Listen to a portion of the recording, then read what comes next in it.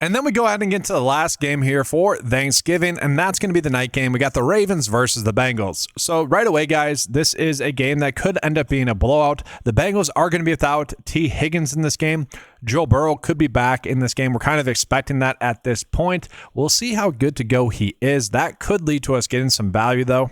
The expectation is that he's going to be back, though. He was a full participant on Monday's practice, so you would assume he's going to be back here for this game. And if that ends up happening, the spread that we're getting here of about 7 points on average is kind of appealing to bet on. Okay, I know that T. Higgins is going to be out here for the Bengals, but you have someone like Mitchell Tinsley who stepped up that we might be looking at for some bets. We'll see. Andre Yoshivas is going to see more snaps as well with T. Higgins out, but obviously he gets Jamar Chase back as well. And so if you want to bet on the Bengals to win, I don't hate that, okay? And it's not like I think they're going to win. I just think the value that we are getting here, like specifically on DraftKings, plus 285. This is insane, guys. That is a 2.7% edge for us. That should not be happening. I think that ends up being a pretty darn good bet for us there. If you want to bet on the Bengals or the Ravens to cover at 7, you could do that on ESPN Bet. Score bet now plus 100. So we do have some pretty interesting betting options here for this game. And then I want to start out with a bet that I called out already in the 9 to 5 Discord chat. And this, I kind of like to use the Discord for bets that are just like standing out as clearly wrong. Okay. Because like members on my website already get access to all the data to like be able to make the top prop bets. So I'm never just going to like copy and paste. Oh, these are the top prop bets from the data. Members already get that. And that's so I use the Discord to call it like these top prop bets that we are getting in regards to big prop line differences. This is clearly one of them. 37.5 receiving yards for Mark Andrews. Okay, the underdog line has him at 40.5, which might end up being a little bit too high. We do see that the average sportsbook line has it closer to 38. Okay, that number has come down a little bit, but I think it's wrong. I don't really understand what's going on here for this bet. Maybe the books are thinking Isaiah Likely is going to be more involved. Potentially that could be the case. And maybe it's due to his last few games. That could easily be the case. Don't get me wrong there. But guys, the Cincinnati Bengals have given up an average of 87.5 receiving yards to opposing tight ends. This is very much clearly how you attack defenses. I'm going to show you this tweet from Adam Levitan, guys. The Bengals defense has been pretty darn good for tight ends. So Hunter Henry, after not having that many good games, ended up having a very good game. Washington had a good game. We do know that the Steelers run out like 3 tight end formations. Colson Loveland went off. Taylor went off. Pat Freiermuth went off. Okay, so you get the point here. A bunch of tight ends have went off. So I do think we want to be targeting the tight ends here. Whether or not you want to bet on Mark Andrews, that's going to be up to you guys. But as it currently sits, that number is too good to pass up on. If you want to tease Likely to end up having a bunch of receiving yards as well, you could end up doing that. Either way, I think we're getting some pretty good edges there for the Ravens pass catchers at the tight end position.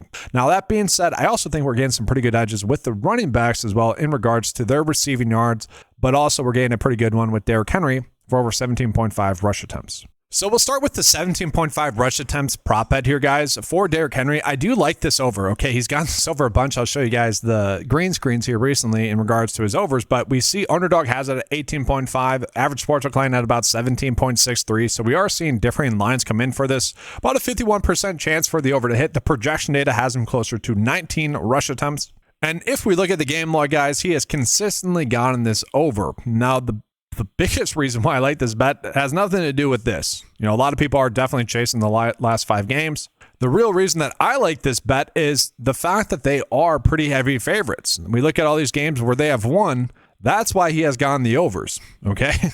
And literally has gone it for 6 straight games. And that's just tough to ignore, especially in a game where they are 7-point favorites. That should lead to a more run-heavy approach here from the Ravens. And on top of that, guys, Derrick Henry ended up getting 60% of the snaps. Okay, so like if we can get Derrick Henry getting 60% of the snaps, don't have to worry about him getting 47, 55. Like if he can get to upwards of 60, we like that there from him. And this ends up being a pretty good plus matchup. Now, that being said, another bet that kind of stood out for me with him was actually him to get over 4.5 receiving yards. This is very much a big weakness in the Bengals defense. They give up an average of about 25.5 receiving yards to opposing running backs, which is the third most in the league. And so I don't mind the idea of Derrick Henry to get 2 targets and be able to catch one and turn upfield for 5 yards. Okay, typically speaking, when you're doing a design pass play to Henry, the defenses do not see it coming. And so all we need for him is to run a few routes and get a target on 1 or 2 of those, and he should be able to get the over. That's the concern with that bet, but that's also going to be the concern with this next bet that I like as well. So I like Keaton Mitchell to get over 1.5 receiving yards. It's kind of a low line. And again, this is a good way to attack the Bengals defense. This is very much twofold. If the game ends up being a blowout, I do think we'll end up seeing some of Keaton Mitchell guys. He's gotten 17% of the snaps last week, 26 the week prior to that, only 7 in week 10, and then week 9, 18, and then 11. So I think we can lock him into about 15% of the snaps. And if he does that, I think we're going to see him at least get a target or 2. It's a very low line where we are basically betting on him being able to get 1 target and being able to get 2 yards. I do think that ends up being a fine bet. That does end up being a better bet. I do think if they are playing with the lead, which does kind of contradict what we typically like to do, but there are situations where it's, 3rd and 10 with the backups. Let's dump it off to Keaton Mitchell. He gets a few yards. That's kind of how I see that bet end up hitting. But you also could end up seeing them have some specific plays designed for Keaton Mitchell in this game, again, because that is how you attack the Bengals.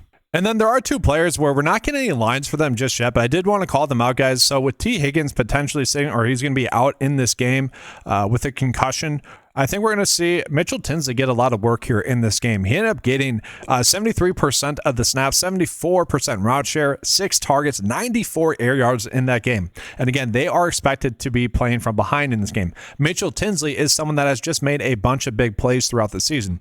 And so if you're going to tell me that he's going to get 50+% of the snaps, I want to be looking at him as a play. Now, Andre Yoshivas is someone that's definitely going to get more, well, I shouldn't say more work, but more targets, more attention from Joe Flacco.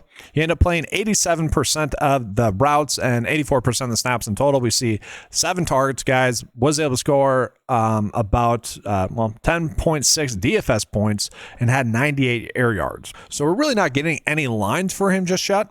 Minus him to score a touchdown, which I got to say, I actually don't hate that bet. If you guys want to get there with that one, you certainly can. In this high scoring game where the Bengals are going to be playing from behind, that's probably going to lead to them not getting Chase Brown that many goal line carries, most likely. And Jamar Chase, likely to score a touchdown, I would say.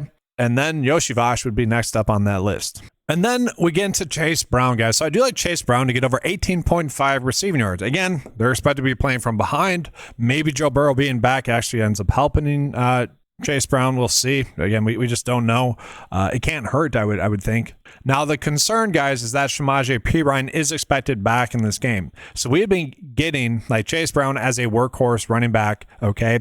And so that should end up changing. And if they are playing from behind, we might see Perine actually get 45% of the snaps. We would not like that. But it is his first game back, and it's worth calling out. We don't have to worry about Taj Brooks taking over some of the work, which ends up being at least a good thing there for Chase Brown. Now, we do see that over the past few weeks, guys, has really been crushing it in regards to his overs here. He has clearly been a good asset for that offense, and you just should continue to get him the football. Stop messing around. Keep him on the field. And if that ends up happening, this ends up being a pretty good bet. It is a little bit risky because, again, we don't exactly know what the snaps are going to be for him in this game, but the Ravens do give up an average of 38.5 passing yards per game to opposing running backs, and I think that ends up being a very good spot for us. Now, real quickly, apologies, guys. I do realize I messed up a stat earlier. I said the Bengals give up the 3rd most receiving yards to opposing running backs. I was actually reading the stat for rush attempts. They give up an average of 25.5 rush attempts per game, which is 3rd most. Which for receiving yards, the stat I was trying to give you guys, they give up the 3rd most receiving yards to opposing running backs. So just worth calling that out, which is about 505 thus far on the season as well. So still a good matchup to attack via the receivers in the passing game, or running backs in the passing game. And then let's zoom out here just to see the best bets that we are getting here for Baltimore, guys. So Mark Andrews, under fantasy score. Derrick Henry, under fantasy score. If you guys are someone that bets on Prize Picks Underdog and want to get to those bets, you can.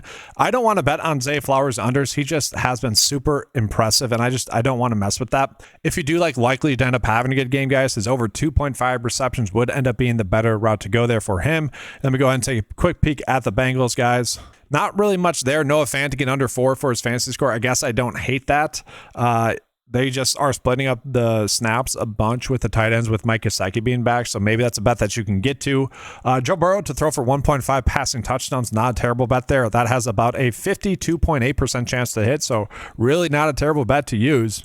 That might end up being a bet that we need to get to. Again, it's a high scoring game. They're playing from behind. Should be more of a pass heavy approach. I don't hate that. If that bet ends up getting bumped up, guys, we do get some pretty good over bets here for fantasy score. So Joe Burrow over 16.5 for his fantasy score. Really not a bad bet. Jamar Chase, if you think he's going to have a big game, but on his over fantasy score on Prize Picks. Chase Brown, rush attempts. That ends up being a pretty darn good bet there on underdog of 14.5. That bet's still there.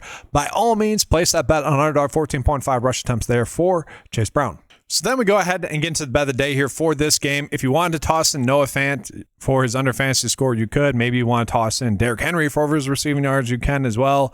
A little bit of a risky bet here with Keaton Mitchell because we do not know for sure whether or not he's even going to run routes, but I do think he will, so don't mind that. Again, attacking the very good matchup for tight ends here with Mark Andrews.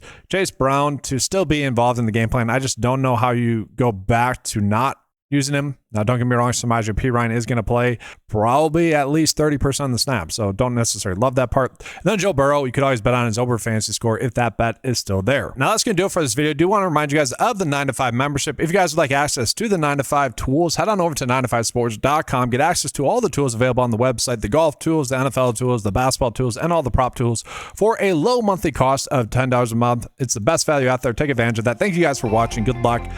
Make sure to like the video, subscribe to the channel, comment your guys' favorite bet or bet that you potentially disagreed with in a kindly manner as always. Thank you guys for watching. Good luck. And as always, let's keep cashing.